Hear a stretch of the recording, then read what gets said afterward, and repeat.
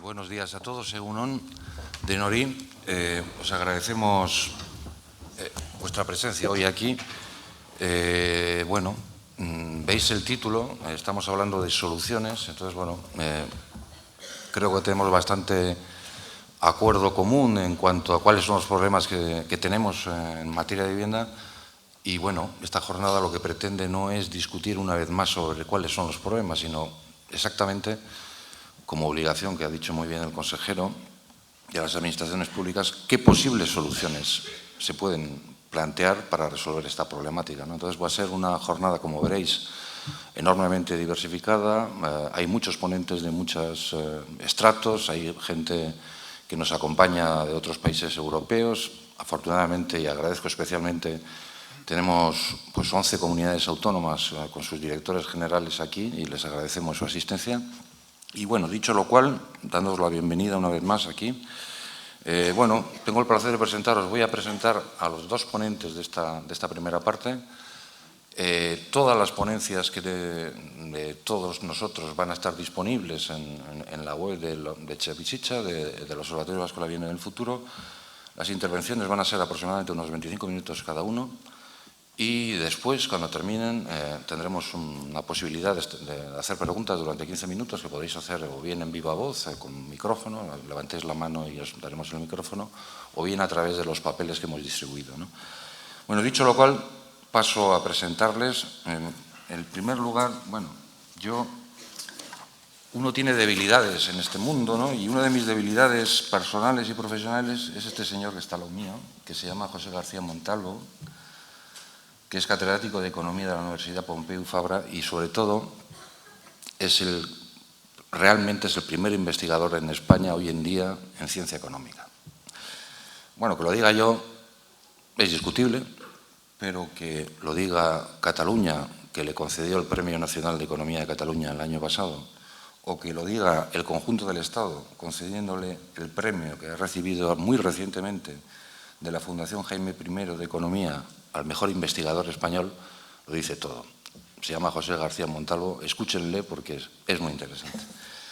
Además de José, y también otra persona que es quizá más mediática, es muy mediática, nos conocemos, es una persona, Gonzalo Bernardo, le conocéis, es analista y consultor económico, es profesor titular de la Universidad de Cataluña, es colaborador habitual, que quizás eso sea el aspecto que todos conocemos, el colaborador habitual de los programas de televisión Al Rojo Vivo, Más vale tarde, La Sexta Noche, 8 al día, Gran Hermano, ¿no? Que yo sepa.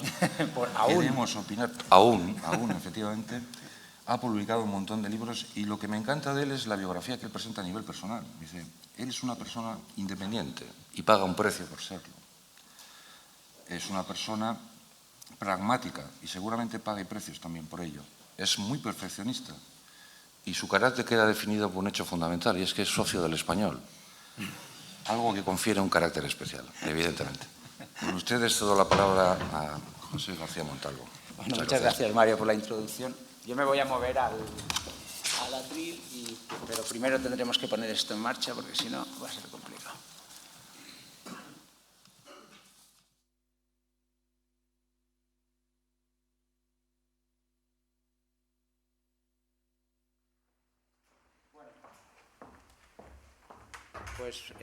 Muchas gracias por la invitación. Es mi segundo o tercero ya, Mario. Este es el tercero, creo que es la tercera jornada de este tipo que asisto, o sea que estoy encantado de estar aquí de nuevo. Lo que voy a intentar es hacer algunas consideraciones sobre el mercado del alquiler basándome en este índice muy esquemático.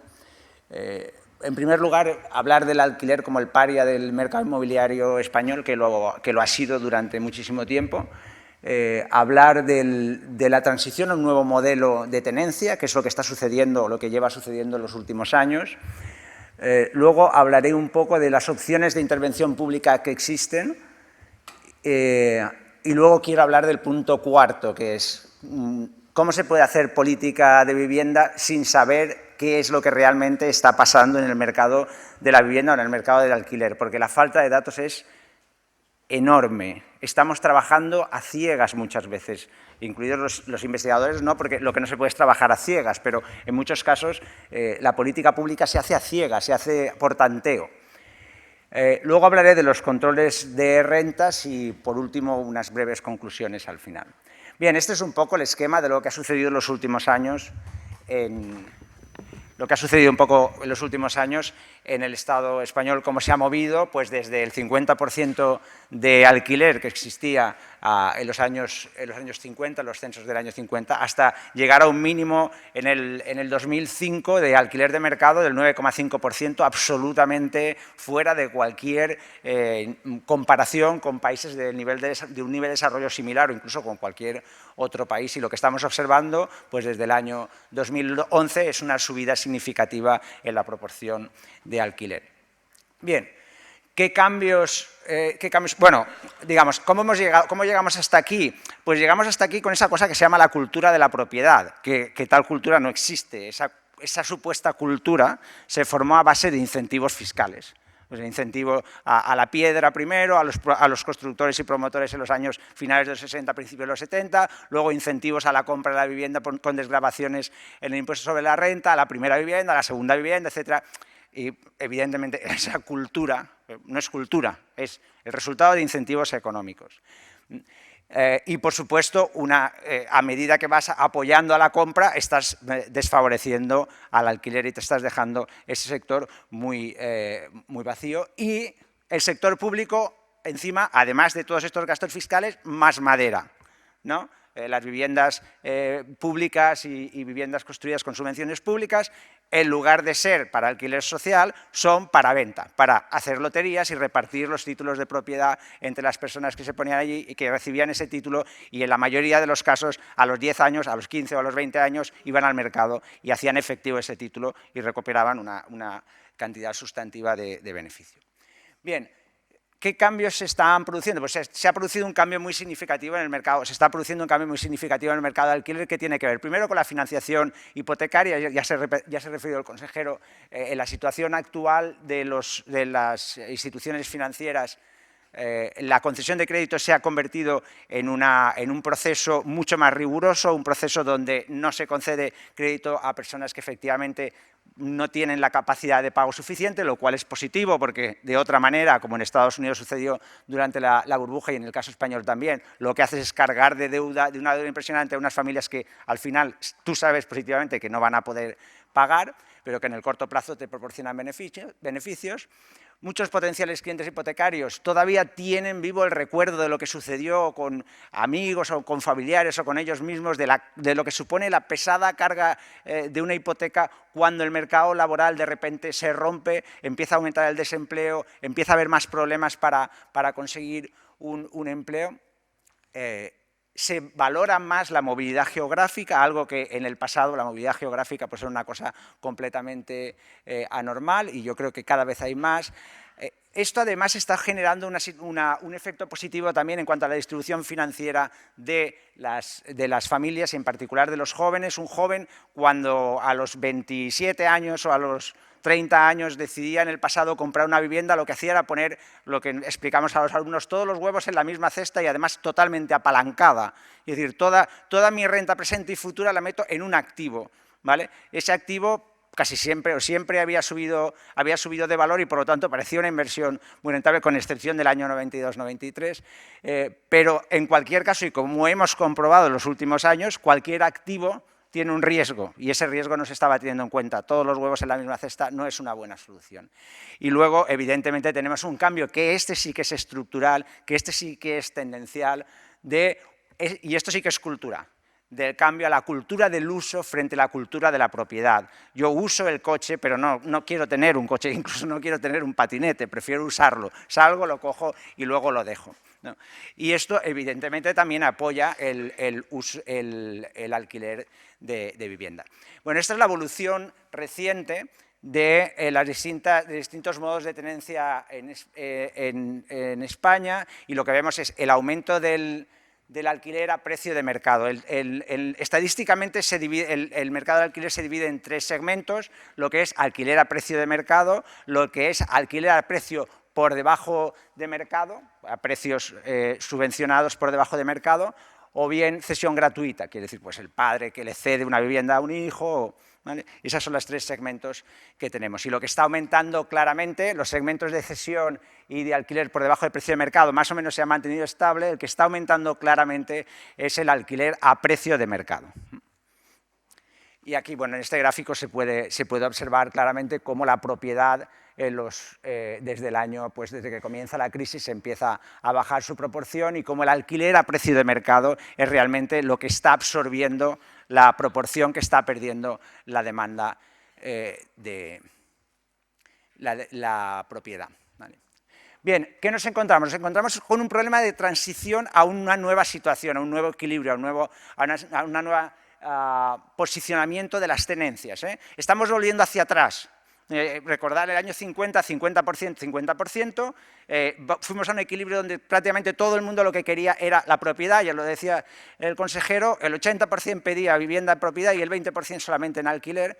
Bueno, pues ahora nos estamos redirigiendo hacia otra zona en la cual el alquiler tendrá un peso más alto, empezaremos a parecer un país normal, con el 35, el 32% de alquiler o incluso el 38% sería sano tener una proporción alta de alquiler y por lo tanto en esa transición vamos a tener muchos problemas porque la economía durante este tiempo y el mercado inmobiliario lo que está haciendo es ir en la dirección contraria y ahora tenemos que girar vías para ir a esta nueva situación.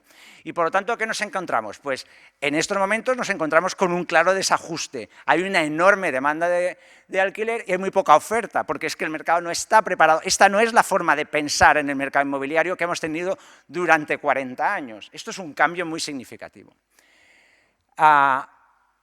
El resultado, obviamente, es un incremento en los alquileres. Inicialmente fue solamente en las grandes ciudades, pero eso se está extendiendo como mancha de aceite a muchas otras ciudades, por ejemplo, Valencia, de donde yo soy y que he estado hace unos días y he visto que efectivamente es impresionante lo que ha pasado en Valencia recientemente. El papel de los inversores. Bueno, evidentemente con esta transición va a hacer falta alguna gente que se encargue de esa oferta de vivienda en alquiler. Además del sector público necesitamos más. Entonces, lo que ha surgido es una demanda muy significativa de inversores, no necesariamente grandes tenedores, ni mucho menos, porque muchos de estos inversores son pequeños inversores, son jubilados que tenían 80.000 euros en la cuenta y que ahora cuando fueron a renovarlo el depósito pues le daban el 0,05%. Y decían, bueno, pues con la rentabilidad que da el alquiler, pues prefiero comprar una vivienda de un precio bajo y ponerla en alquiler, le saco una rentabilidad del 4,5, del 5, del 5,5 y con esto compenso. Bien, lo que ha sucedido es que este proceso de transición en los precios ha ido mucho más rápidamente que en el resto de magnitudes del mercado. Y en pocos años se ha alcanzado un máximo de lo que una familia normal podría pagar en alquiler en muchas ciudades españolas. ¿Vale? Se ha comido el futuro, digamos. Ha ido tan a prisa que se ha comido todo el futuro de esta transición. Y ahora vamos a tener que hacer una transición con un mercado muy tensionado, con unos mercados muy tensionados. Lo que también es verdad es que el proceso parece que está tocando a su límite simplemente porque las familias no pueden pagar más. Los datos de oferta, por ejemplo, de Idealista, que son simplemente de oferta, no tienen ninguna otra relevancia, luego os explicaré un poco más la relación con otro tipo de datos, indican que el alquiler ha caído desde el máximo en España un 2,1% y en algunas zonas, como en Cantabria, en Girona y en Tarragona, hay caídas significativas del 20, del 25%, caídas muy importantes. En otros sitios son menores, la media es del 2,1%. Por lo tanto, este proceso va a tener un límite y vamos a tener que trabajar en un mercado muy tensionado intentando gestionar esta transición a esta nueva situación. Bien, esta es la distribución de la población en relación a la propiedad, el alquiler, estas fórmulas de alquiler que he comentado antes, y lo que se puede observar en la comparación del Estado español con otras zonas es que tenemos más propiedad pagada, tenemos más propiedad con crédito, aunque en algunos sitios como en Holanda hay muchísima propiedad con un crédito todavía vigente, y lo que tenemos es menos alquiler de mercado. Esto ya lo he comentado antes, y este es el punto crítico. Recordad que antes he dicho, hay una proporción que está en el mercado de alquiler de mercado, luego hay otra parte que está en cesión, y luego hay otra parte que está en alquiler con precio por debajo de mercado. La parte de alquiler con precio por debajo de mercado y la parte de cesión no tienen, digamos, problemas en comparación con otros países, y la gran problemática en torno a la sobrecarga en el pago de alquiler se concentra en lo que es a precio de mercado, ¿vale? Por lo tanto, estamos hablando de entre el 17 y el 18% del mercado. Bien, estos son las situaciones límites de... Bueno, aquí pasaré, pero vamos, aquí en el caso de España no está mal localizado. Esto es un índice compuesto de relación inquilino-propietario. Saltaré porque voy bastante lento. Bien, ¿cuál es el problema? Bueno, el problema es que la situación de accesibilidad de vivienda en muchas grandes ciudades del mundo se está complicando. Esto no es solamente un problema de Barcelona o de Madrid, esto es generalizado. Está pasando en San Francisco, está pasando en Nueva York, está pasando en muchas otras ciudades. Este es un proceso, además, internacional, en el sentido de que, bueno, se está produciendo el efecto supercities, se está produciendo el efecto de las economías a escala y la productividad en las ciudades está aumentando muy rápidamente, eso atrae el talento, eso atrae a mucha gente quiere vivir en las grandes ciudades.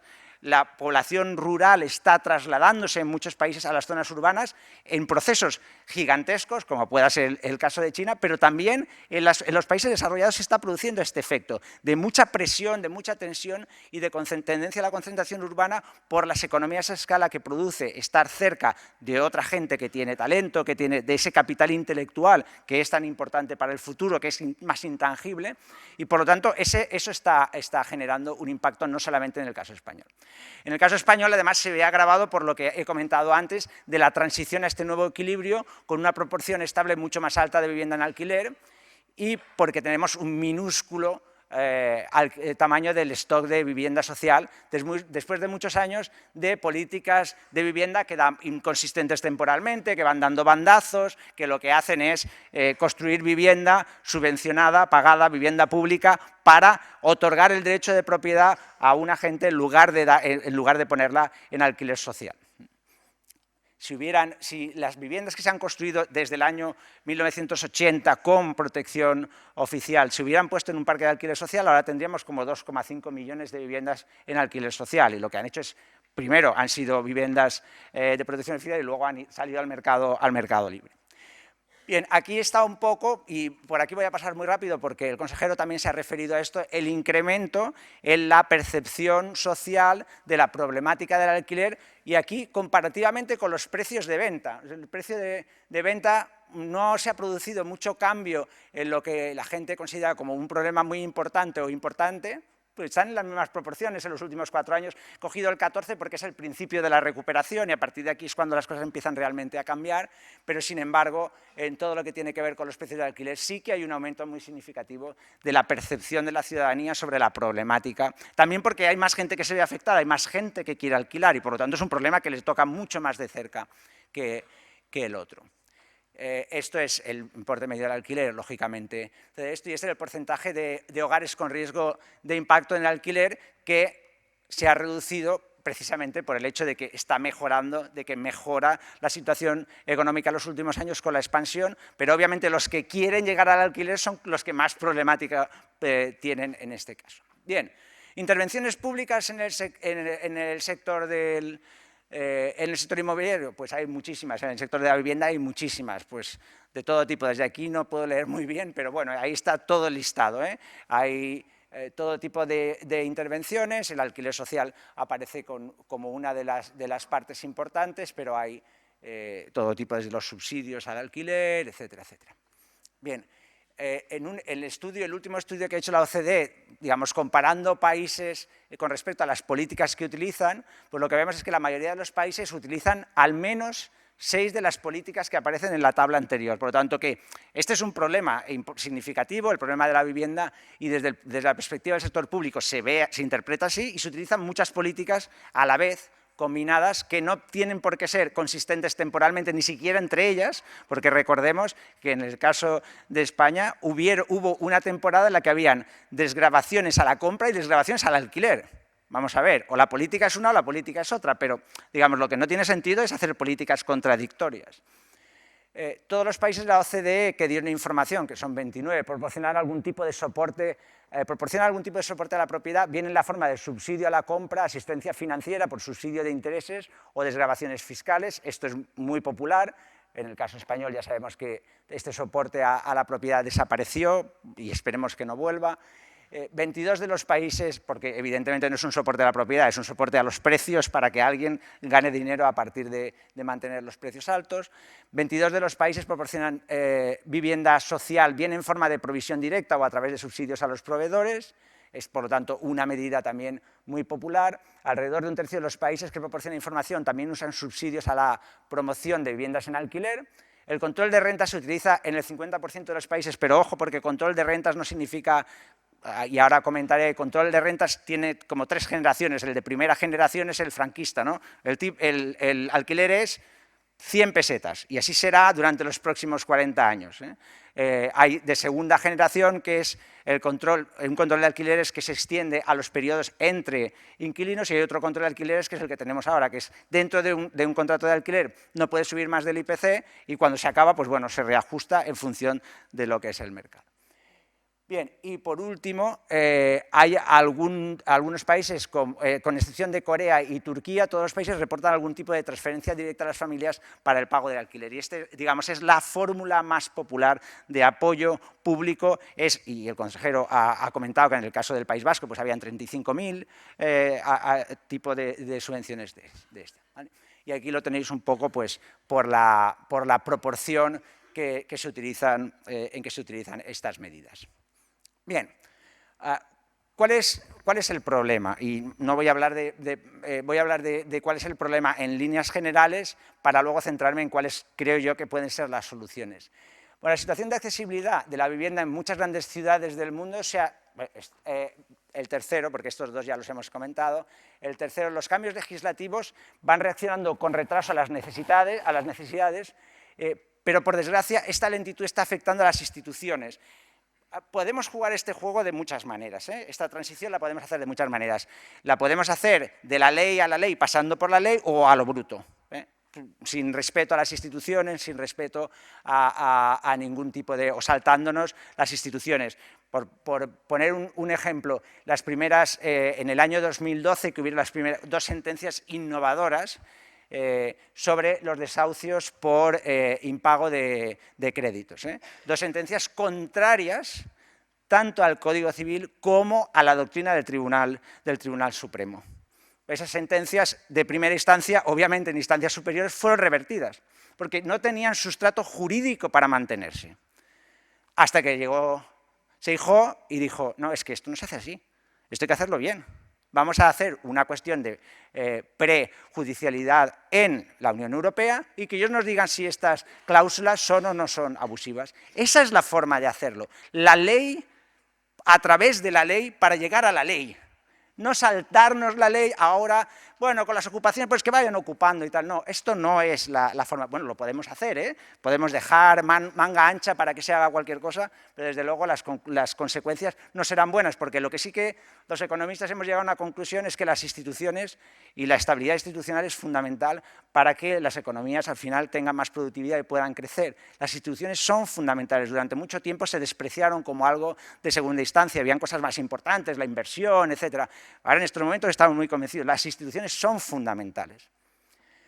Hay que protegerlas. Para este problema no existen soluciones milagrosas y este es otro punto que es fundamental. Este es un problema que no se resuelve en 2 semanas ni en una legislatura y por eso tenemos este problema. porque no se puede resolver en una legislatura y al político lo único que le interesa, lo siento si hay algún político aquí, pero a los políticos lo único que le interesa es qué va a pasar de aquí 4 años o de aquí 2 años cuando son las elecciones. Y como este problema tiene unos timings que no coinciden con los timings políticos, es mucho más difícil de resolver que otros problemas que sí que podrían estar más cerca del timing político. Solo la acumulación de conocimiento a partir de un análisis científico riguroso y de datos adecuados nos puede hacer avanzar en la solución de este problema.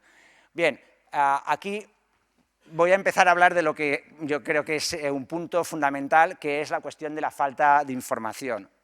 En el caso del Estado español, pues realmente no sabemos nada. Entonces, ¿qué se hace? Pues se tira de idealista, ¿no? De los datos idealistas. Los datos idealistas son fatales, no tienen nada que ver con el mercado, no son datos de mercado, son datos de oferta y que no sirven básicamente para nada. Tienen unas ciertas tendencias que se parecen a la realidad, pero ya está, adelantan procesos que luego vendrán, pero ya está, no son datos de compraventa, ¿vale? Por desgracia, hasta el Banco de España hizo antes de verano un informe donde utilizaba los datos idealistas. ¿Por qué? Porque no hay otros. No, para mí no es justificación. Si no hay otros, no se puede hacer nada. Es una desgracia que no se pueda hacer nada. Pero es mejor no hacer nada que dar señales incorrectas sobre lo que está sucediendo. Si yo mando la señal a la sociedad de que los precios del alquiler han subido un 50%, inmediatamente muchos propietarios van a decir, ah, pues yo solo lo he subido un 40%. Pues yo estoy por debajo, pues lo voy a subir más. Estás haciendo que los propietarios que quieran aprovecharse se focalicen, tengan un punto focal en el cual pones coordinarse, con lo cual estás facilitando el subir más todavía los alquileres cuando realmente eso no está sucediendo. Aquí tenéis la comparación entre los datos de Idealista, que son estos datos rojos, la tasa de crecimiento en la ciudad de Barcelona, comparado con que en Barcelona, en Cataluña en general, hay una ventaja y es que tenemos los datos de Incasòl, de las fianzas depositadas, y esos son datos reales, Por lo tanto, y hay una proporción muy alta. La Comunidad Valenciana, por ejemplo, no podríamos hacer esta comparación porque la proporción de datos de fianzas que están registradas es muy baja. Pero en Cataluña, en Barcelona en concreto, es muy alta. Por lo tanto, la cobertura es muy alta. Y cuando comparamos, ¿qué vemos? Cuando comparamos, lo que vemos es que los datos de Idealista recogen los cambios de tendencia con subidas y bajadas mucho más fuertes que la realidad.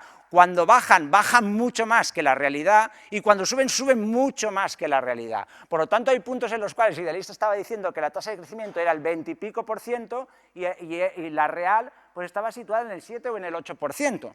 ¿Vale? No tiene nada que ver. Esto no es que las tendencias son similares. Sí, claro que son similares, y las tendencias de los accidentes en carretera también son similares a esta subida, pero ¿y qué? Pero eso no es lo que ha subido los precios. Y esta es la ratio. Lo peor de todo es que esta ratio, que es el precio de Idealista sobre el precio real, sobre el precio de las fianzas, no se mantiene constante a lo largo del ciclo, que también por otra parte es lógico. Cuando el ciclo tensiona, ¿qué pasa? El oferente, el precio de oferta, sube más rápido que el precio real, porque el oferente se siente con más poder de negociar y por lo tanto pone precios más altos. Y cuando sucede lo contrario, cuando el mercado está de bajada, sucede efectivamente lo contrario, como está pasando aquí y como está sucediendo aquí. Por lo tanto, no tenemos información buena sobre la variable más importante, que son los precios del alquiler. No existe. O sea, nos basamos, pues bueno, en los datos del Incasòl, en los sitios donde hay. ¿Cuál es la diferencia? Que en otros sitios tienen todo tipo de datos. ¿Por qué?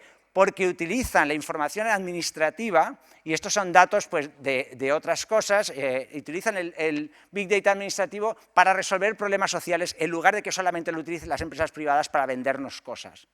Aquí es muy distinto. Aquí, por ejemplo, este es un mapa que se puede hacer a nivel de condado, pero se puede hacer a nivel de calle también, sobre la movilidad social en Estados Unidos, donde las partes estas azules representan una movilidad social mucho más alta y las partes rojas una movilidad social mucho más baja. Movilidad social. Para hacer este cálculo de este mapa necesitas los datos del impuesto sobre la renta y del impuesto sobre el patrimonio de muchísimos años y mezclar eso con los datos del censo y con los datos de la seguridad social.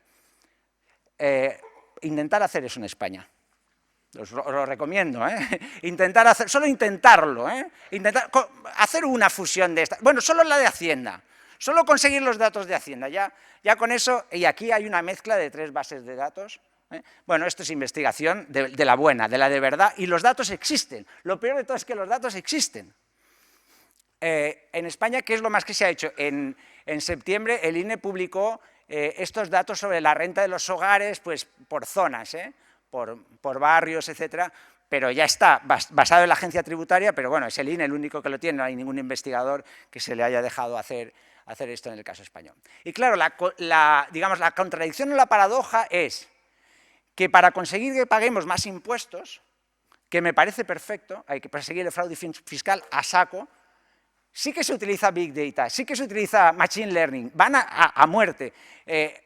La agencia tributaria tiene Zújar, tiene Prometeo, tiene Midas, tiene Web Scraping. Si alguien tiene un alquiler, lo pillan seguro. Si lo anuncia, lo pillan seguro, porque hacen Web Scraping constantemente y no lo declara, lo van a pillar. Tienen Electra, que es un sistema increíble donde tú pones un CIF y automáticamente te salen todas las relaciones de CIFs que han tenido alguna relación con ese CIF.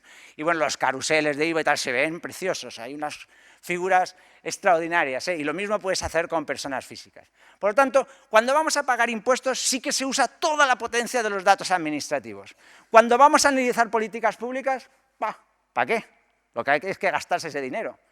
Oiga, yo lo siento, yo no acepto esto, me parece muy bien esto, pero lo que quiero es que cuando vayamos al gasto público tengamos exactamente el mismo cuidado y usemos la potencia de los datos que tenemos y de las herramientas que tenemos al máximo, ¿vale? Y bueno, esto es lo que no sucede, no voy a tener tiempo, pero os contaría algunas de mis experiencias con la investigación en temas que tienen que ver con vivienda pública y con vivienda social, etcétera. Son experiencias realmente traumáticas, no os las cuento para no traumatizaros, pero realmente es asombroso que existan datos y no puedas hacer nada. Yo me imagino que cuál es el motivo, pero no lo voy a decir en público, pero me imagino que es... y no te dan ningún permiso, te ponen todo tipo de problemas. En el caso de Estados Unidos, por poner otro ejemplo de cómo se usan los datos, hay un programa que se llama Moving to Opportunity, que tiene que ver con el movimiento de la residencia, o sea, con que la gente que recibe subsidios para el alquiler se mueva a otras zonas o no se mueva a otras zonas. Y esto es un experimento controlado, donde hay 3 grupos. Un grupo experimental al que se le da la posibilidad de un subsidio para irse a un census tract, a un distrito censal que tenga un nivel de renta no muy bajo. Otro que no pone ninguna condición, puedes ir a donde quieras y por desgracia los de puedes ir a donde quieras se quedan en distritos censales que tienen niveles de renta bajísimos, niveles de pobreza muy altos, se quedan en el mismo sitio donde estaban inicialmente. Y luego un grupo de control a los que no se proporcionó ningún tipo de subsidio, no llega para todos y por lo tanto el grupo de control. Y se hizo este análisis experimental y se utilizaron distintas localizaciones, se vieron a qué localización iban unos, a qué localización iban otros, y se pudo hacer un análisis detallado de no solamente de todos los individuos en el grupo de control y en el grupo experimental, por edades, porque el resultado de este experimento es que, en general, no había ningún efecto. Daba lo mismo que tú dieras daba lo mismo lo que pasaba en el grupo de control que si tú dabas una subvención sin ninguna restricción, que si la dabas con una restricción para ir a un distrito que no fuera muy pobre. No había efecto. Pero cuando divides por edades, si se ha ido muy joven, sí que hay efecto. Hay efecto tanto en las ganancias, en los salarios que puede tener cuando es mayor, en la asistencia a la universidad, en la fracción de madres que tienen hijos demasiado pronto, etcétera, etcétera. Por lo tanto,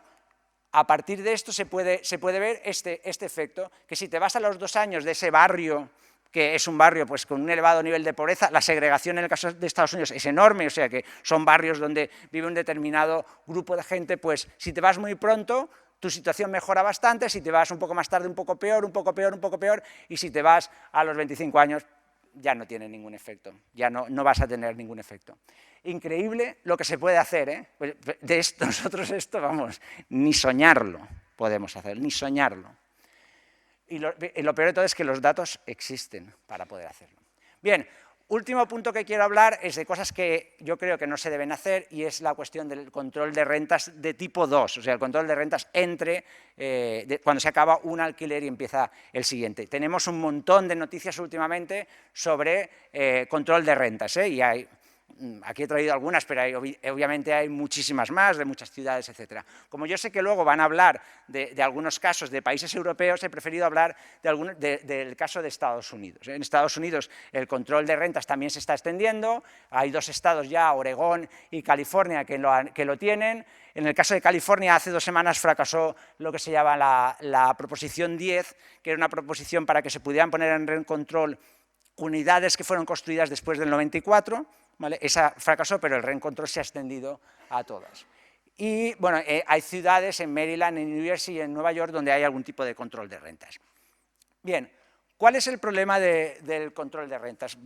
Hay varios problemas y luego hablaré de la investigación que hay, hablaré solamente de una de los papers que hay.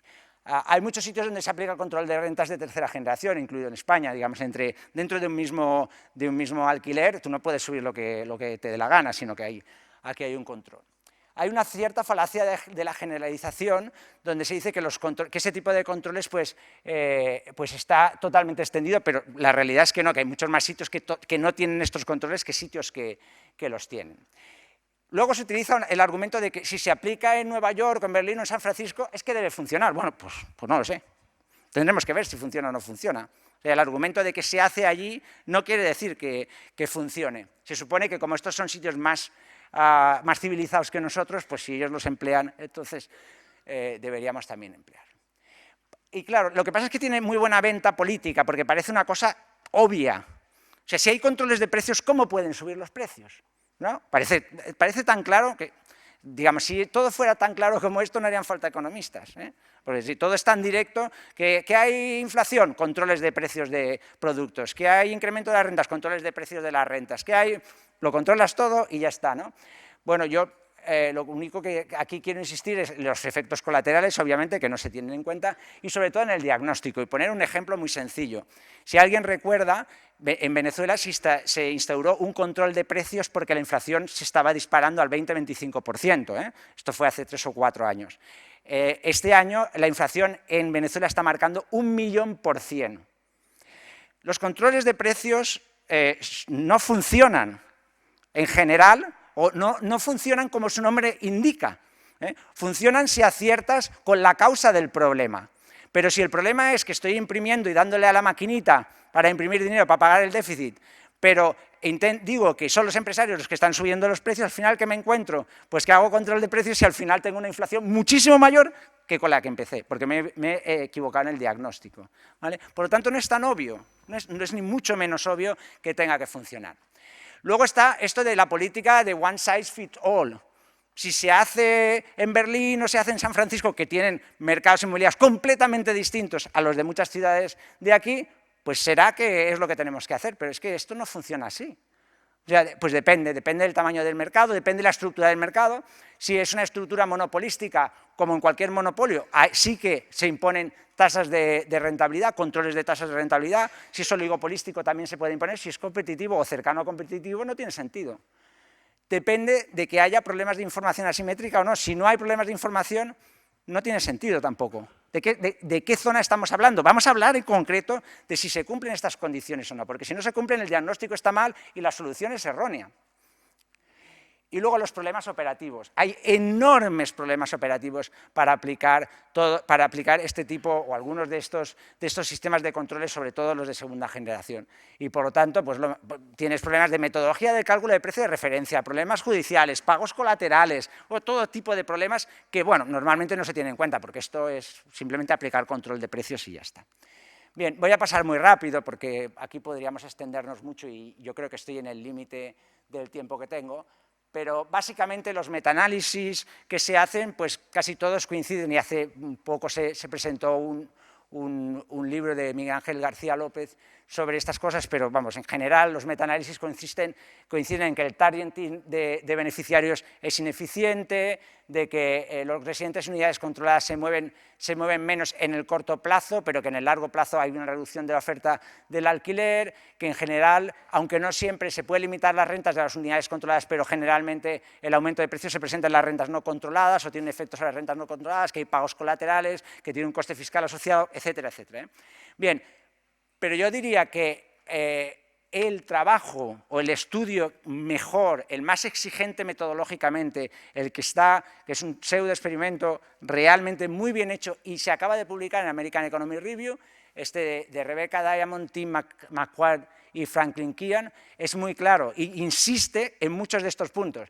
Lo primero que dice es, sí, en el corto plazo efectivamente se reduce la movilidad de inquilinos, quiere decir, no hay salida de inquilinos de las zonas urbanas. En el largo plazo, los arrendadores afectados por el rent control lo que hacen es reducir la oferta y en el largo plazo vas a tener el problema contrario a la solución que vas buscando. Te va a generar un problema contrario a la solución que vas buscando y en el largo plazo lo que haces es aumentar la desigualdad y aumentar la gentrificación. La desigualdad la aumentas porque esas unidades de alquiler controlado, que no van a querer seguir siendo de alquiler controlado cuando se produce la situación esta, lo que hacen es se venden a gente en San Francisco, ¿a quién? A los de Google, a los de Amazon, que son los únicos que pueden pagar 3 millones o 4 millones de dólares por eso. ¿Y eso qué hace? Pues que la desigualdad dentro de la ciudad todavía aumenta más con esas unidades en venta en lugar de en alquiler. Bien, conclusiones y ya 2 minutos de conclusiones. Primero, el alquiler ha llegado para quedarse, de esto no tengo ninguna duda, todas las tendencias apuntan en la misma dirección, no vamos a volver hacia atrás, por lo menos en el corto plazo.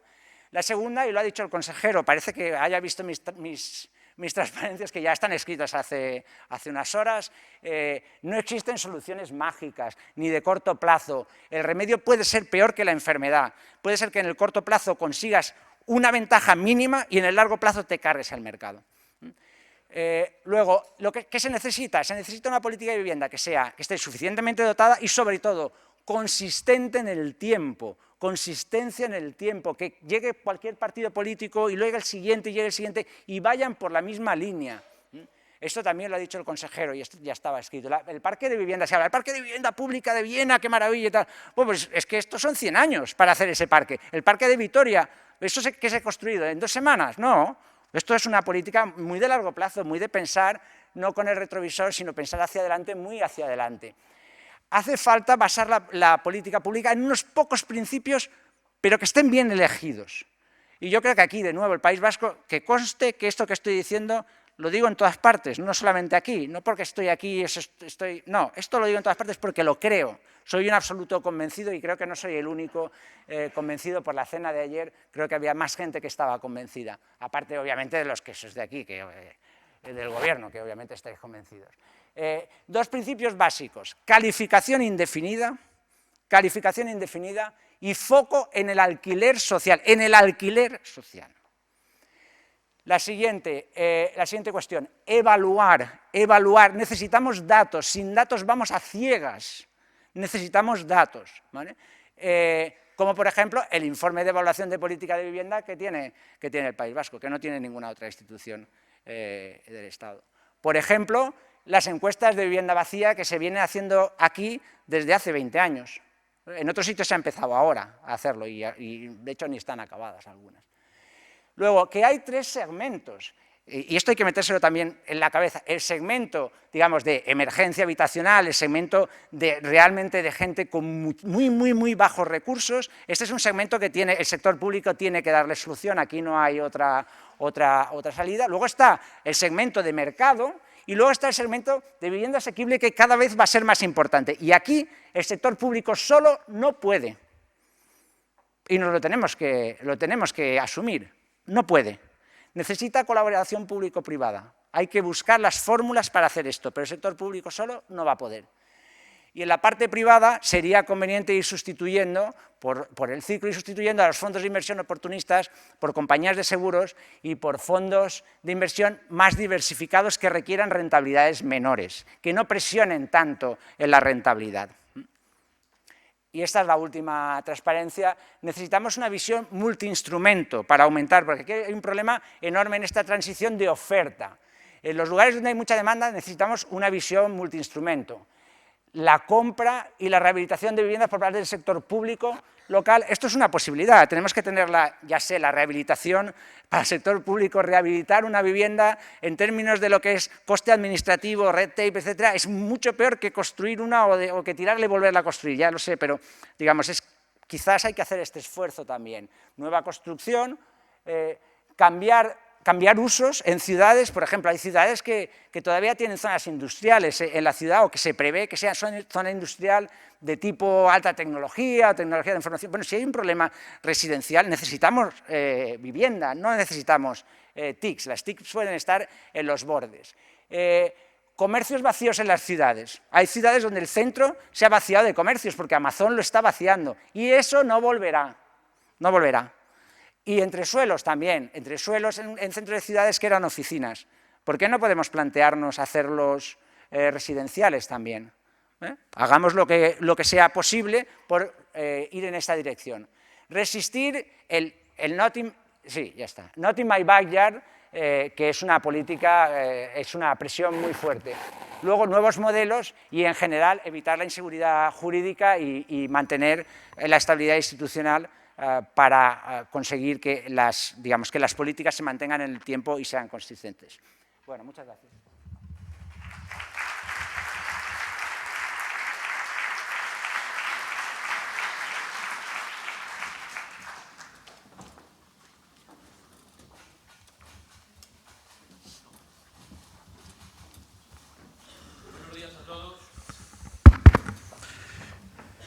Es para mí un gran placer estar aquí, entre otras cosas porque no estoy acostumbrado. Y no estoy acostumbrado porque, miren, yo hago unas 70 conferencias al año, pero no hago ninguna para la administración pública. Por lo tanto, le agradezco, no porque no quisiera, sino porque no me invitan. Por lo tanto, agradezco al Gobierno vasco que me haya invitado a hacer esta conferencia. Yo tengo 30 minutos y me voy a coger y escrupulosamente cumplir los 30 minutos. No voy a utilizar un PowerPoint. Idoia Aramburu me dijo que lo enviara, lo he enviado para que se quedara contenta, pero las ideas las tengo en la cabeza y, como dice García Montalvo, que no hay soluciones mágicas, pues voy a sacar la bola de cristal y yo les voy a ofrecer al Gobierno vasco y a todos los que están aquí una solución asequible, posible y que realmente no cuesta dinero. Entonces, si es asequible, posible y no cuesta dinero, algo de mágica va a tener. Miren, primer diagnóstico. ¿Qué le pasa a los tipos de interés en España? Los tipos de interés en España están en bajo mínimos, están en el 1,5%. Entonces, si yo cojo y comparo el alquiler con la compra, me sale muchísimo más barato la compra. ¿Por qué? Porque yo no he de comparar cuota hipotecaria con importe del alquiler. He de comparar los intereses de la cuota hipotecaria con el importe del alquiler. Y si uno paga 1.000 euros con una hipoteca al 1,5%, pues a la mayoría le va a costar 1.000 euros alquiler, a la mayoría de intereses de la cuota hipotecaria le va a costar 150. Por lo tanto, en principio, fíjense, lo que estaríamos hablando ahora en una situación normal es que hay un boom tremendo de demanda de vivienda, no que hay un boom tremendo de demanda de alquiler. Y sí que es verdad que en los últimos años ha mejorado sustancialmente el mercado de la compra, pero continúa habiendo una restricción importante. Los bancos, en lugar de aumentar su cartera de créditos, la van disminuyendo. Sí que dan un poquito más en nuevo crédito del que daban anteriormente. Por ejemplo, el último año, 2018, dieron 42.000 millones. Este año, por los problemas de entrada de la nueva ley hipotecaria, darán 40.000 millones. Pero es que se amortiza muchísimo, porque uno, las hipotecas son muy viejas, dos, los tipos de interés son mínimos. Entonces, ¿por qué hay tanta gente que vive de alquiler? Bueno, podemos ir al argumento que dice casi todo el mundo. Los jóvenes son tontos, ¿sí? Son tontos. Son tontos porque la vivienda de propiedad, que es lo normal, que es lo bueno, no les gusta lo malo, la vivienda de alquiler. No, no es verdad, los jóvenes no son tontos. Los jóvenes lo que pasa es que no la pueden pagar. Y no la pueden pagar porque el principal problema que tenemos en España es un problema de sueldos. Y tenemos un problema brutal de sueldos porque en el 2012 nos metieron una reforma laboral que ha hundido los sueldos. En 4 años de bonanza entre 2014 y 2018, la remuneración media del asalariado ha subido el 0,53, la tasa de inflación el 0,57. Imagínense, ganancia nula. Tenemos un problema brutal de distribución de la renta. ¿Cómo es posible que cuenten que la inflación entre 2008 y la actualidad está rondando el 14,5? ¿Cómo es posible que hablemos de un problema de vivienda de alquiler en España si nos encontramos que los precios de alquiler son más bajos, contando la inflación bastante más bajos que en el año 2007. Les explico, porque hay un cambio estructural. Miren, yo soy de la generación de principios de los 90. ¿Qué hacíamos en principio de los 90? Al principio de los 90 teníamos una novia, cada uno se quedaba en su casa, ahorraba y cuando tenía el suficiente ahorro compraba una vivienda. ¡Ey! Pero ahí no se acababa la cosa. La vivienda tenía que estar al último grito y tenía que pasar toda la familia de uno y de otro para verla. Entonces te volvías novio cuasi eterno, pero nadie tocaba el alquiler. El porcentaje de personas que tocan el alquiler es mínimo. En la actualidad las cosas han cambiado. Conozco una chica en la discoteca y a las 2 semanas me voy a vivir con ella. Evidentemente no tenemos ahorrado nada. Para preservar a la chica, estas son las aventuras de mis ayudantes, hemos de salir hoy a Roma, mañana a París, pasado en un barco, etcétera, etcétera. En definitiva, no ahorramos nada. Entonces no puedo comprar una vivienda y me tengo que ir de alquiler. Atención, jóvenes, hace unos 20 años, el que tenía menos de 30, incluso menos de 25. Ahora es menos de 40, pero va para menos de 45. Si además le añadimos que tenemos toda una etapa en que ha habido un volumen de paro bestial, nos encontramos con un problema. Vale, pero ahora vámonos al diagnóstico de la situación actual. Primero que quede claro, yo niego la mayor que los jóvenes quieran vivir de alquiler.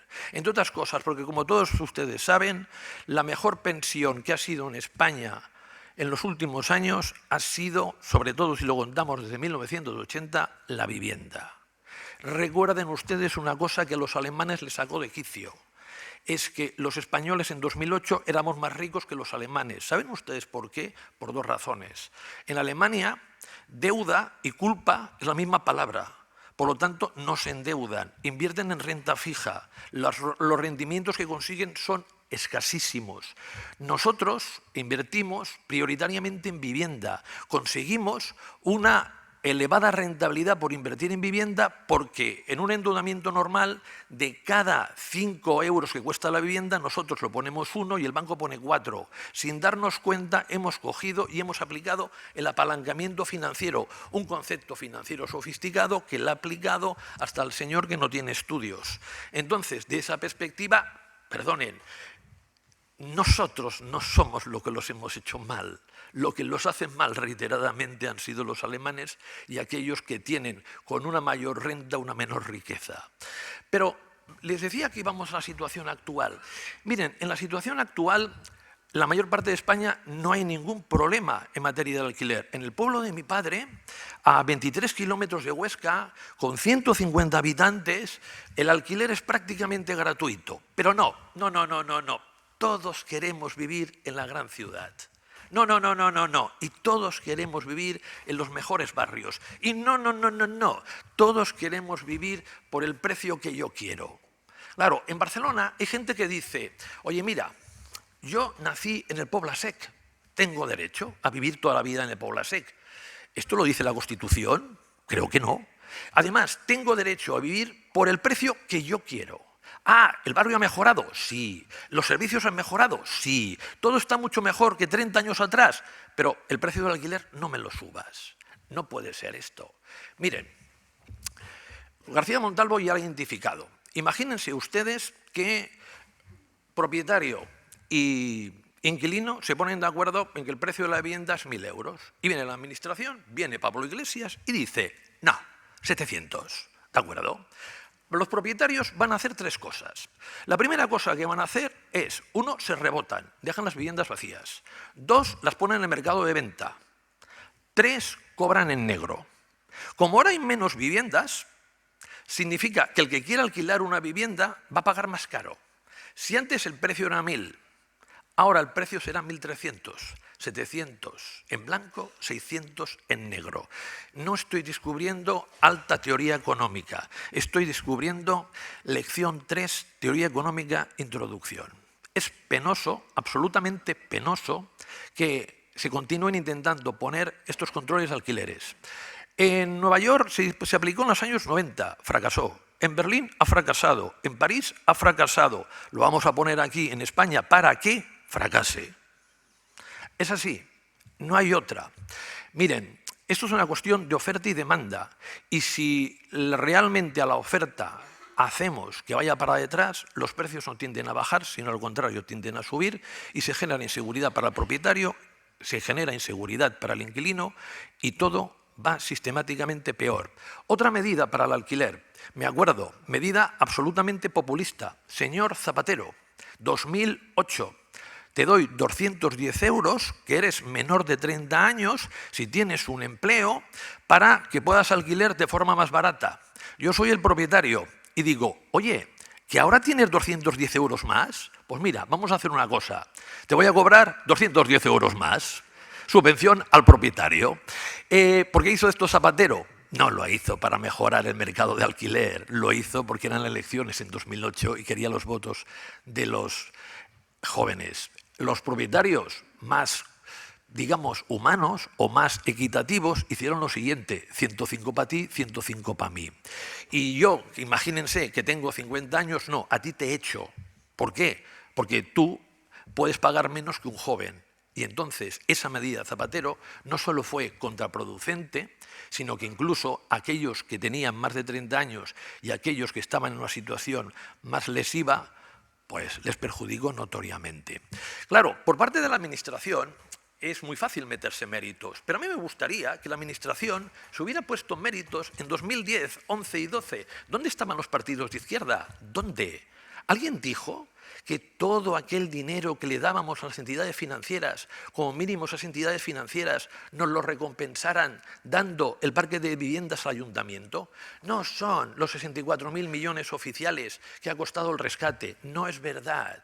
La pasta de verdad del rescate está en que Banco Central Europeo, en la deuda pública de España, coge y la compran, en este caso, no directamente el Banco Central Europeo en sus inicios, sino la compran los bancos, con el dinero del Banco Central Europeo. Y por lo tanto, los bancos están cogiendo y con un crédito al 1 inicialmente reciben una rentabilidad del 5, del 6 y del 6,5. Gracias a eso, los bancos cogieron y sanearon sus cuentas, pero las sanearon contra las nuestras, porque durante bastante tiempo el Tesoro pagó excesivos intereses por la deuda pública. A cambio, ¿qué nos han dado? Nada. Incluso a cambio nos dicen que la Sareb va a ganar dinero. Ese es el chiste más grande que he oído. Y cogen a una consultora de estas, que esta sí que tiene poderes kriptonitas. Te dicen cada momento del tiempo lo que va a vender y el dinero que va a ganar. Espectacular. ¿Y ahora qué? Miren, ahora lo que hay que hacer es pedirle, no ahora, sino siempre, a la Administración que esté lo más lejos posible de la vivienda. Y esté lo más lejos posible de la vivienda porque siempre, siempre, siempre la utiliza para ganar votos. Yo les voy a plantear un escenario en el que, con un mercado también triple, como ha dicho García Montalvo, referido a 3 segmentos de mercado en lo que hay que hacer diferentes cosas e intentar que ahorre la Administración dinero. Porque les cuento, esto no es que sean comportamientos estancos, tengo un dinero para dedicarle a la vivienda y ya está, no.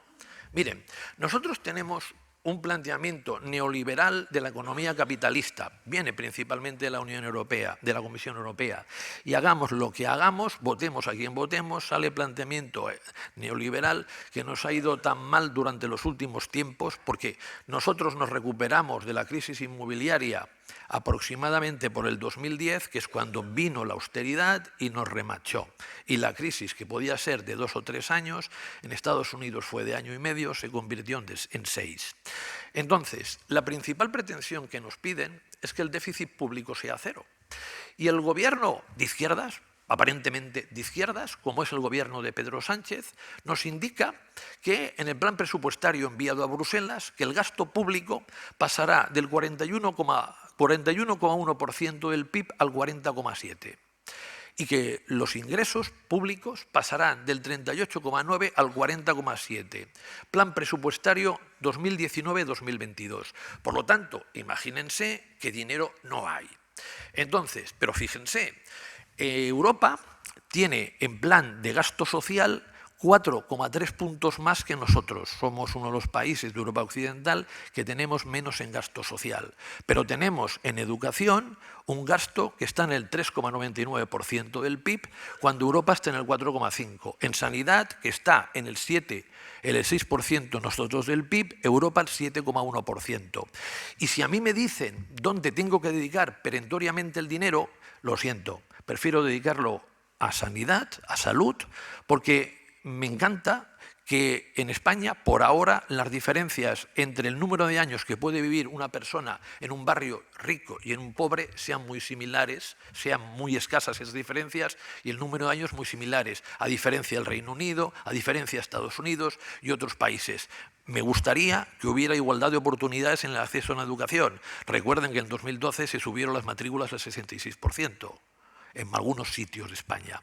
Entonces, creo oportuno que en el mercado de alquiler hay que coger y hacer intervenciones en las cuales no tenga que gastarse mucho dinero la administración. Miren, dividimos el mercado en 3 partes. Mercado libre, mercado de vivienda asequible y mercado de vivienda social. Mercado libre. Miren, en el mercado libre les anticipo. Ya sé que no se lo van a creer, pero tampoco me creyó nadie en el 2006 y 2007 cuando predije la caída del mercado inmobiliario. El precio del alquiler va a bajar. Este año, como muy tarde el que viene, va a bajar y a partir de aquí va a tener una bajada significativa. En Barcelona, den por garantizado que este año ya está bajando. ¿Por qué está bajando en Barcelona? Miren, está bajando en Barcelona por una sencilla razón.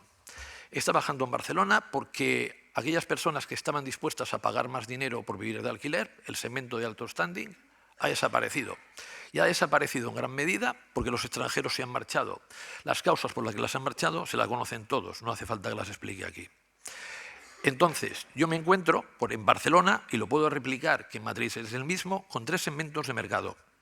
Me encuentro con un segmento de mercado que está por encima de los 1.500 euros, en los cuales la gente es consciente, si no son extranjeros, de que alquilar por valor de 1.500 euros es una barbaridad. ¿Por qué? Porque fíjense, yo con 1.200 euros que pago de alquiler, una persona con 1.200 euros que pague de alquiler, tiene la capacidad de endeudarse al tipo de interés del 1,5 a 30 años por 347.000 euros. Entonces, viviendas por 347.000 euros, hasta en Barcelona, no en las mejores ubicaciones, pero sí en ubicaciones razonables, se pueden comprar bastantes.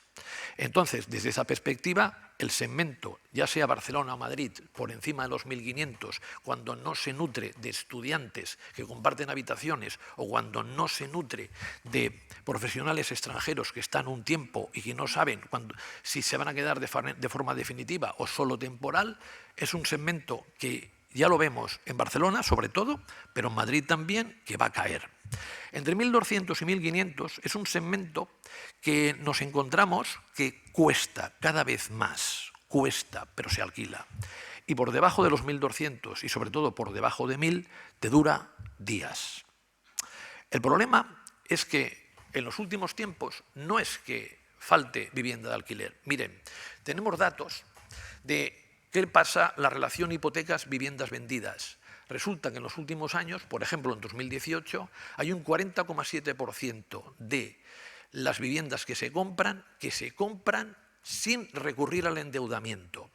Si yo les cuento lo que sucedía en 2006, verán la gran diferencia. En 2006 había 955.186 viviendas vendidas y se generaban 1.342.000 hipotecas. Casi 400.000 más hipotecas que viviendas vendidas. ¿Cómo se generaba eso? Son las barbaridades salvajadas de los bancos de aquella época. Y ustedes dirán, ¿quién puede comprar viviendas en España sin endeudarse? En principio, nosotros tenemos operativas, porque la demanda turística está prácticamente inoperativa, las siguientes demandas. Demanda de primer acceso a la propiedad es prácticamente inexistente, solo si los padres ayudan. Demanda de mejora, esta es importante. Demanda de inversión, y dentro de la demanda de inversión tenemos la especulativa y la patrimonial. La especulativa está bajo mínimos. En Barcelona, en menor medida en Madrid, a todos aquellos que han comprado un piso reformado y lo han intentado vender, tienen serias dificultades para vender y yo ya conozco más de 1 y más de 10 que están perdiendo dinero. Pero os repito que bajo mínimos. Entonces, ¿quién ha comprado vivienda en los últimos años? Ha comprado la demanda de mejora, venden una vivienda, por ejemplo en Madrid, por 250.000 euros y pueden acceder como máximo, a comprar una rayando los 500.000. ¿Qué sucede? Pero estas personas, para acceder a esa de 500.000, se endeudan. Entonces, ¿cómo podemos explicar ese 40,7% de compradores que no utilizan hipoteca? Pues se lo cuento. Si yo miro la gráfica de los depósitos en España, entendiendo como depósitos la suma de cuentas corrientes y depósitos a plazo fijo, es así. Y ustedes dirán, ¿así? ¿Creciente, creciente, creciente? Sí. Será porque le dan una gran retribución, bestial, 0,04%. Y dirán, ¿cómo vamos con depósitos? ¿Estamos en un mínimo histórico, en medio o qué? No, no, estamos en máximos históricos, 840.000 millones de euros. Piensen que el PIB en España es 1,2 billones de euros, por lo tanto alrededor del 75% del PIB. Entonces, nos encontramos que en los últimos años ha habido mucha compra de vivienda para inversión y compra de vivienda muy sana, patrimonialista. Nos encontramos que cada vez más Family Office están comprando para invertir en vivienda por una sencilla razón. Miren, nosotros tenemos 3 principales negocios: renta variable, acciones, renta fija o inmobiliario. Olvídense de la renta fija. La renta fija hoy no ofrece rentabilidades. En los años siguientes, si ustedes tienen un fondo de renta fija, van a perder mucho dinero cuando suman los tipos de interés. Funciona como el funicular. Si suben los tipos, baja el precio del bono y el valor de la inversión. Por lo tanto, en este momento tenemos que cada vez más el sector privado apuesta por la vivienda de alquiler. Cuando la oferta aumenta muchísimo y la demanda va a ser menor de lo que era, por una sencilla razón. Yo aspiro y creo que en los próximos años el empleo seguirá mejorando, los niveles de salario aumentarán. Piensen que en este año, en el primer semestre, la renta de las familias ha aumentado en un 5,8, más que ninguno. En este año, los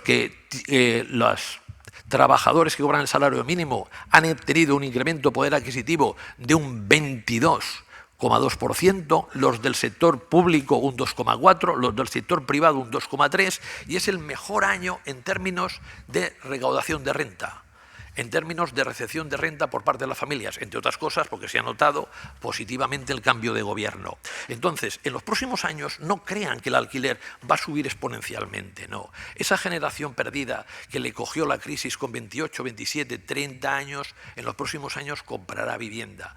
Seguramente no comprará en el centro de las ciudades, igual tiene que comprar en la periferia, pero les aseguro que en Móstoles se vive muy bien, ¿eh? No es una reserva SIUS. A partir de aquí, vamos ya a las soluciones, que me quedan los 10 minutos para hacer los 30. Miren, primero, yo soy partidario de coger y a todos aquellos arrendadores que se comprometan a tener la vivienda en alquiler durante 20 años, y a no superar un determinado precio, les cero impuestos por las rentas que cobren. No cobran IBI, no se les cobra IBI y además a los 10 años se les otorga por parte de la Administración una subvención para actualizar el piso. Siempre y cuando, repito, estamos cogiendo de vivienda a largo plazo.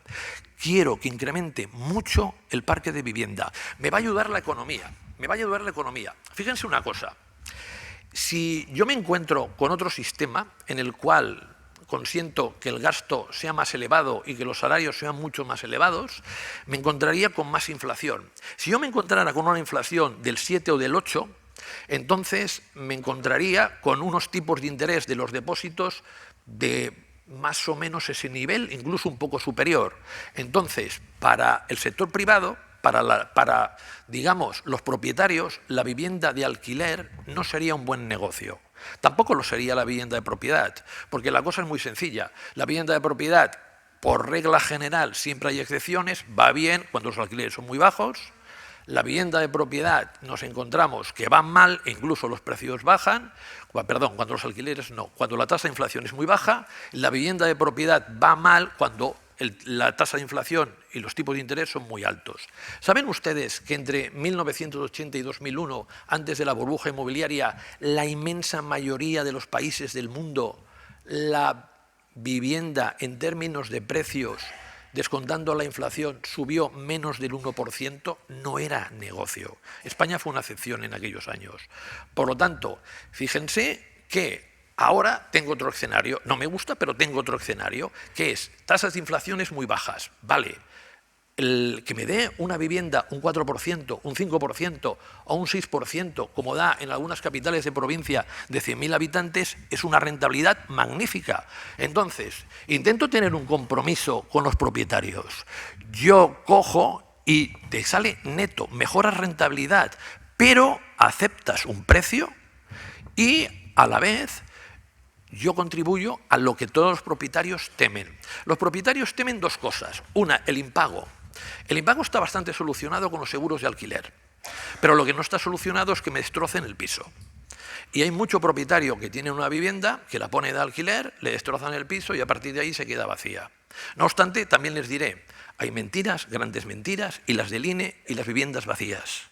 Según el INE, por ejemplo, en Barcelona hay 80.000 viviendas vacías y Ada Colau hizo política de vamos a mejorar el mercado poniendo esas viviendas vacías en el mercado de alquiler. El Ayuntamiento de Barcelona ha hecho una buena labor diagnosticando prácticamente por puerta cuáles son las viviendas vacías, de verdad, 10.125. El sentido común ya nos decía algo, ¿eh? Hay que ser bastante tonto para, de alguna manera, tener la vivienda vacía y coger y perder 15.000 euros al año. Bueno, pues ya tenemos el primer mercado. Un mercado que, de alguna manera determinado por la oferta y la demanda. El importe del alquiler es libre, pero ese importe del alquiler es libre siempre y cuando tú no aceptes mi oferta. Y mi oferta como administración es no impuestos, no gravar las rentas alquiler e incluso a los 10 años vamos a ver cómo está tu vivienda y yo te voy a coger y te doy una subvención siempre que tengas este compromiso. Segundo mercado. Mercado de alquiler social. Miren, esto es una cosa muy sencilla. Esto va a bienestar. Pero ese mercado de alquiler social yo lo veo muy pequeñito. Muy pequeñito. Son mujeres maltratadas, son estas personas que tienen algún problema, la mayoría psiquiátrico, y que son incapaces de tener un trabajo y su recuperación de su salud empieza por tener una vivienda, por tener un hogar, por de alguna manera tener una ayuda por parte de la administración para que reconduzcan sus vidas. Pero no estoy pensando en un súper magnífico macro mercado de alquiler. No, el súper magnífico macro mercado de alquiler es el mercado de alquiler asequible. Primera norma. 1. Ni un metro cuadrado de suelo público destinado a la venta. Los ayuntamientos continúan vendiendo, tienen pretensiones de vender a promotores privados suelo público. Ni uno. Segundo, dentro del 10% del aprovechamiento que tienen los ayuntamientos en las nuevas planes urbanísticos, eso lo pagan los promotores en metálico, se lo dan al ayuntamiento y el ayuntamiento tiene obligación de comprar nuevos terrenos y esos nuevos terrenos convertirlos en suelo público y destinarlos a la vivienda de alquiler. Tercero, viviendas de protección oficial, 0. De propiedad. De alquiler, sí. De propiedad, ni una. ¿Qué me dicen los políticos con esto? Dice Gonzalo, es un marrón gestionar viviendas de propiedad de alquiler. ¿Por qué? Por ejemplo, casos que hemos tenido en Barcelona. Había históricamente personas que debían estar en estas viviendas 5 años. Le dicen al ayuntamiento, no es de ahora, es histórico, a ver si tienes lo que has de tener para echarme. Evidentemente no lo tiene. Porque para el político le va a suponer un elevado coste echarlo. Y a partir de ahí te encuentras impagos. Uno lleva 30 años en la universidad, tiene alumnos por todos lados, algunos están en gobiernos. Y no es que esto me lo invente, es de primera mano. impagos, viviendas destrozadas. Entonces, la administración pública no te puede volver a invertir dinero en mejorar esa vivienda, ¿vale? Entonces, desde esa perspectiva, la cosa tiene que estar muy clara.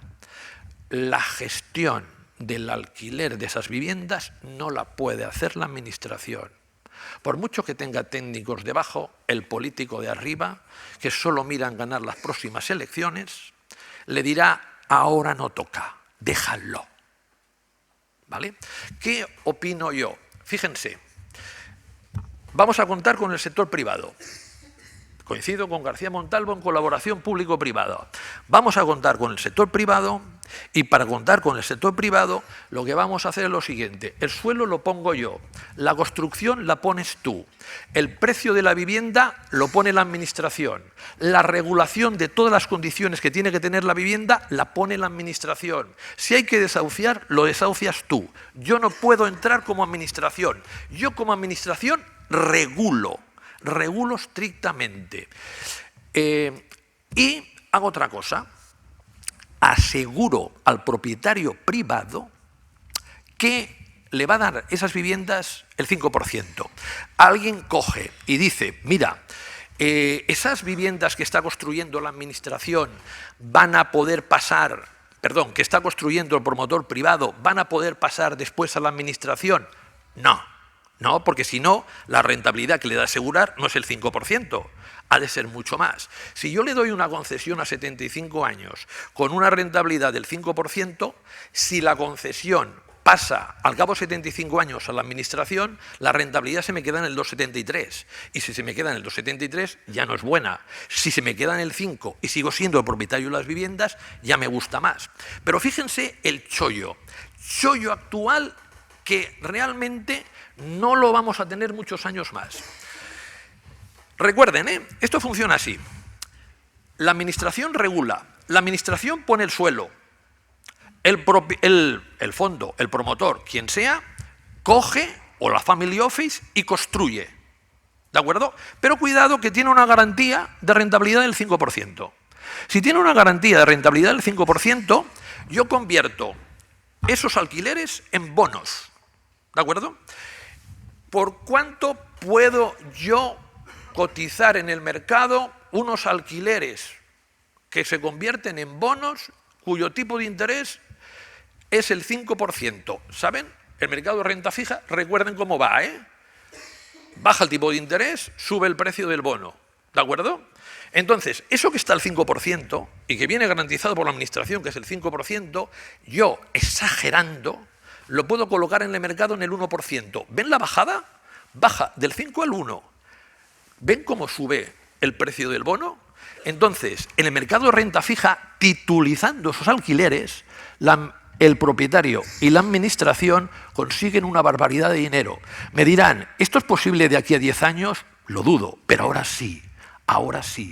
La titulación de activos puede permitirnos hacer eso. Y oigan, ¿y qué hago con ese dinero?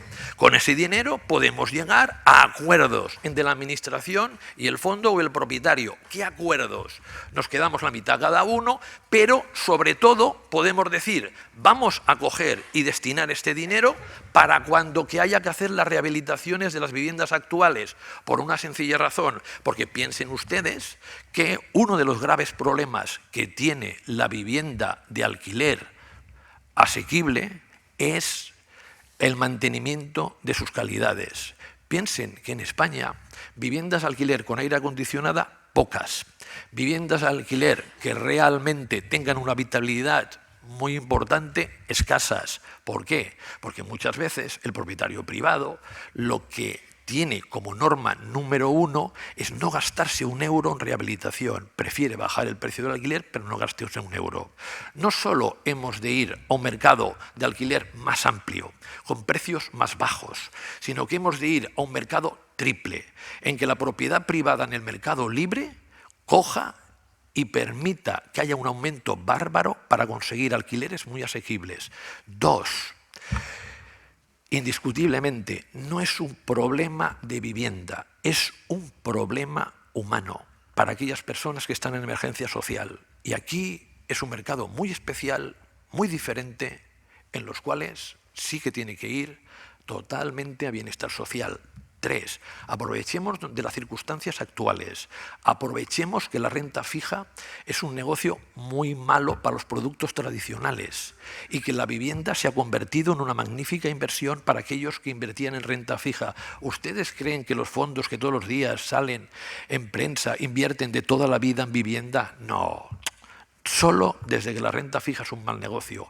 Aprovechémoslo, apliquemos la colaboración público-privada, hagamos que la administración no pueda hacer política con el alquiler asequible y que realmente no le reporte votos, sino que lo que reporte son ciudadanos contentos y consigamos, con muy poco coste, un mercado de alquiler muy diferente. No obstante, recuerden, el protagonista del mercado en los próximos tiempos, en el mercado libre, no será el alquiler. Cuando volvamos a una etapa de expansión económica, si los tipos de interés continúan los niveles actuales, veremos cómo prácticamente 1 millón de familias pasan del alquiler a la compra. Y final, no me queda tiempo, porque ya lo he consumido, pero decirles una cosa. Yo si fuera administración, si fuera en este caso el Gobierno de España, mi plan de vivienda sería gastarme prácticamente 0 euros. Cogería y llegaría a un acuerdo con los bancos para aquel porcentaje de dinero que no les dan, porque solo les dan el 80% a la mayoría, lo avalo yo, para dar hipotecas por el 100%. Y las hipotecas por el 100% ahora, en este contexto, con precios de la vivienda que han subido poco, no son una barbaridad. Y de esta manera conseguiría que muchísimos jóvenes que podrían comprar una vivienda por cuota hipotecaria, pero no la pueden comprar por ahorro previo, pudieran ser propietarios y tener una expectativa de estabilidad que en la actualidad no tienen. Es decir, en resumen, se pueden hacer muchas cosas con poco dinero. Gracias.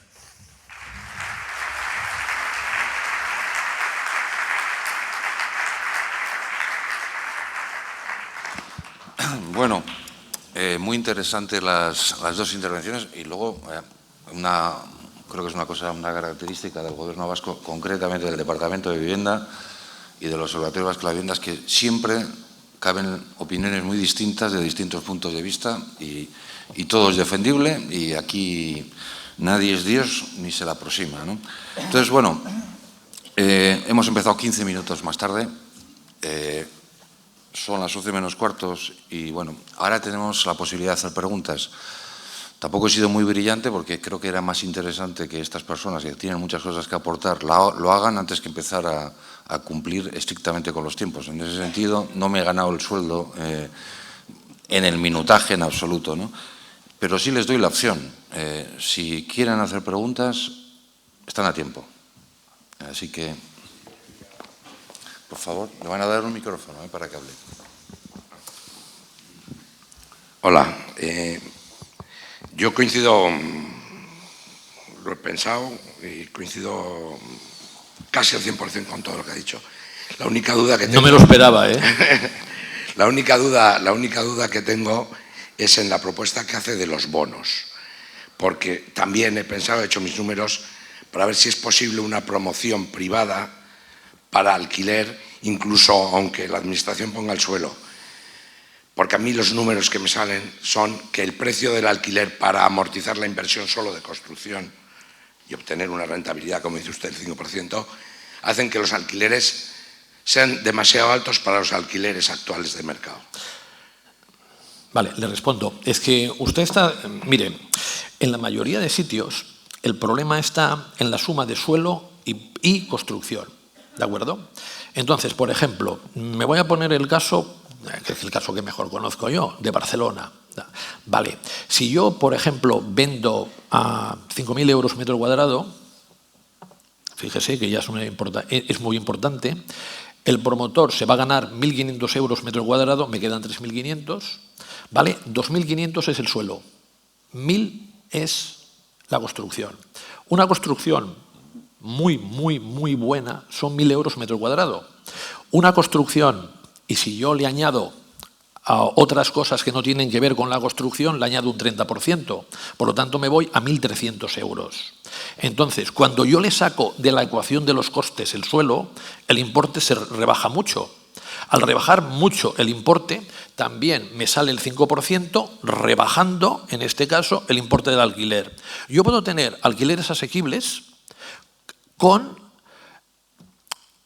precios de mercado de esas viviendas, el que le cuesta al promotor, por la sencilla razón que no se le imputa en su cuenta de resultados el suelo.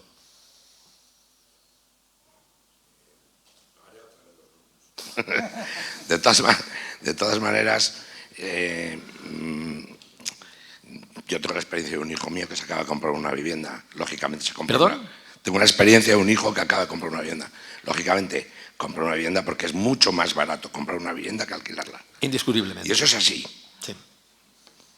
Y va a ser así. Yo también creo que va a ser así. Mire, yo creo que este año tenemos tipos de interés cero, indiscutible, el año que viene también, y como mucho, en el primer semestre del 23 llegaremos al 2%, siempre y cuando el Banco Central Europeo haga política monetaria razonable, no que nos venga Trichet, que ahora la actual presidenta sea Trichet, que nos subió del 4 al 4,25 en plena crisis. Sí. Si hace políticas normales, vamos a tener tipos de interés bajos durante mucho tiempo e indiscutiblemente cualquiera que haga cuentas le sale mucho más rentable comprar que alquiler. El problema que tenemos es por la estructura de vida que ha cambiado de los jóvenes, que no tienen posibilidades, y a partir de aquí son diferentes políticas que podríamos hacer para favorecerles. Muy bien, gracias. Gracias a usted. Una última pregunta, ahora sí que voy a empezar a cortar. Sí, vale. Tú hablas, a partir de ese momento lo cortamos y seguimos. Sí, bueno, felicitar a las dos ponencias porque, bueno, aunque son contrapuestas en algunos aspectos, desde luego me parece que son brillantes. Me quería resaltar, sobre todo contigo, Mario, también el tema de la falta de información o la falta de uso de la información que tenemos. Podemos tener poca información, pero lo que no podemos es lanzar globos sonda con la poca información que tenemos. Y eso, la alusión está clara, ¿no? Por otro lado, bueno, nosotros los que estamos aquí somos agentes de la propiedad, estamos a pie de calle y conocemos la problemática de lo que es el alquiler, no en datos, sino en la práctica diaria, ¿no?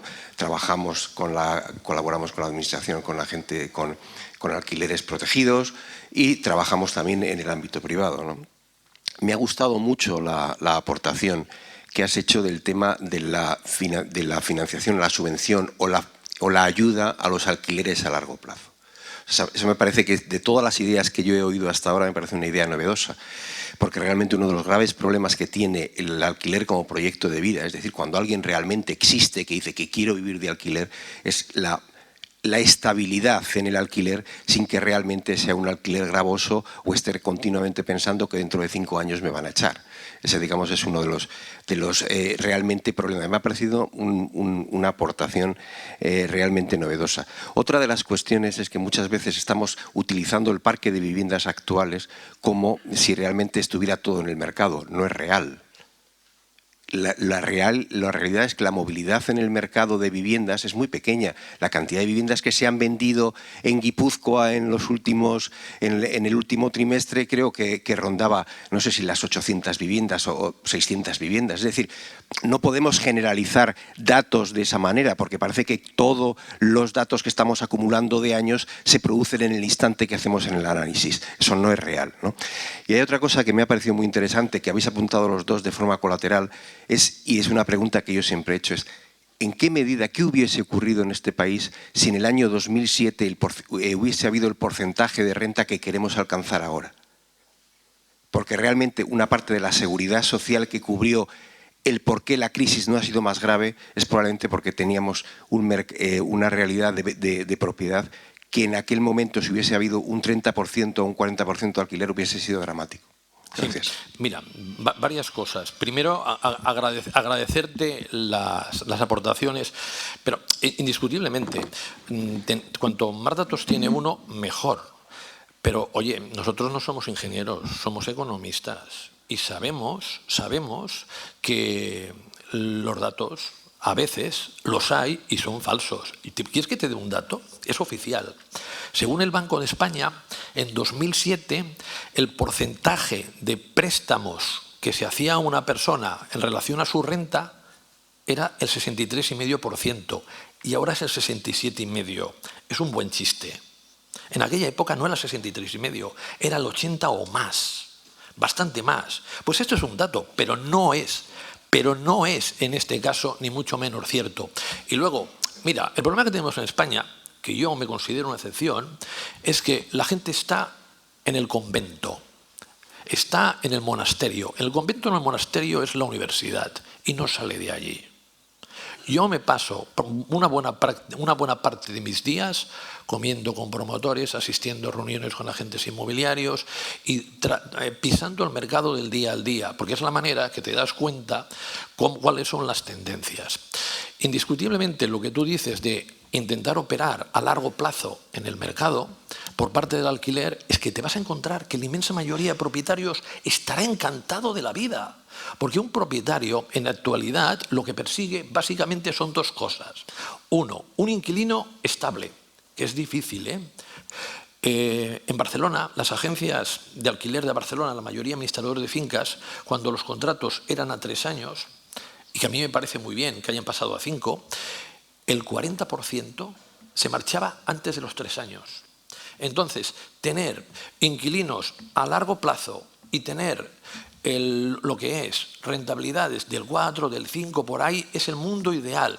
Y fíjate que hay una gran diferencia entre los precios de Idealista y Fotocasa y los precios de verdad, porque Idealista y Fotocasa más o menos reflejan de manera decente lo que es de las nuevas operaciones, pero no de las renovaciones. Por una renovación, por poner un caso, imagínate tú que puedes ir al mercado y buscar un inquilino y conseguir 1.100 euros. Ese propietario está dispuesto en la renovación a cobrarle 700, 750, 800. ¿Por qué? Porque está contento con el inquilino, no le llama, no cuida la vivienda, lo sabe, y eso es lo principal. Por lo tanto, de las administraciones, la parte más sencilla de mis propuestas es esta. Juguemos al alquiler a largo plazo, establezcámosle un precio que no sea el de la vivienda asequible, pero tampoco que sea el de mercado, y sobre todo, intentemos que a través de subvenciones, coordinación, propietario con inquilino, la vivienda siempre esté en buen estado. Porque lo que no sale a la luz pública es el mal estado que tiene muchísimas viviendas, que no tienen calefacción, que incluso las ventanas no cierran. Claro, son viviendas baratas, pero son las viviendas que necesitan nuestros jóvenes, que necesitan nuestra gente mayor. Y cuidado, de forma importante, siempre se habla mucho de los jóvenes, pero hemos de ir a la gente mayor, que lo que no tienen propiedad son un personal muy vulnerable. Sí, por favor, si te parece. Sí, bueno, yo lo primero disculparme porque me he comido vuestro tiempo de preguntas. Entonces, no suelo tener tanta incontinencia, pero hoy no sé lo que me ha pasado, el tiempo o lo que sea, y me he pasado de lo que me tocaba. No, nada, bueno, estoy completamente de acuerdo. Yo creo que sin datos no podemos avanzar. Lo que estaba diciendo Gonzalo, ahora ya sabemos que esos números son falsos y sabemos además cuáles son los números porque los hemos calculado. Y esos números no tenían ningún sentido y, por lo tanto, lo que necesitamos son datos. Lo último que quería decir es que la propuesta que el consejero estaba presentando, que yo creo que es una propuesta de zanahoria en lugar de palo, es una propuesta muy razonable que yo creo que tiene mucha salida, que es fomentar que el propietario que mantenga unos niveles de precios o unos incrementos de precios razonables pueda tener un descuento, por ejemplo, en el IBI, pueda tener alguna. Yo creo que esta es una fórmula muy viable de hacerlo sin perder de vista que en estos momentos el propietario solamente está pagando por una parte, el propietario, por ejemplo, particular, que es la gran mayoría, está pagando solamente sobre el 40% de lo que está ingresando. Por lo tanto, ya tiene digamos, cuando Gonzalo decía el 100%, bueno, ahora ya tiene un descuento muy significativo sobre lo que está ingresando. Entonces, digamos, datos, sin eso lo demás es hacer lo que decimos en Cataluña, volàculums, o sea, no sabemos realmente lo que hacemos. Sí, te apunto para la siguiente pregunta. Vale. terminamos, porque vamos a acumular retraso tras retraso y nos podemos ir a dar las gracias sinceramente a los dos ponentes y pido al viceconsejero que suba al estrado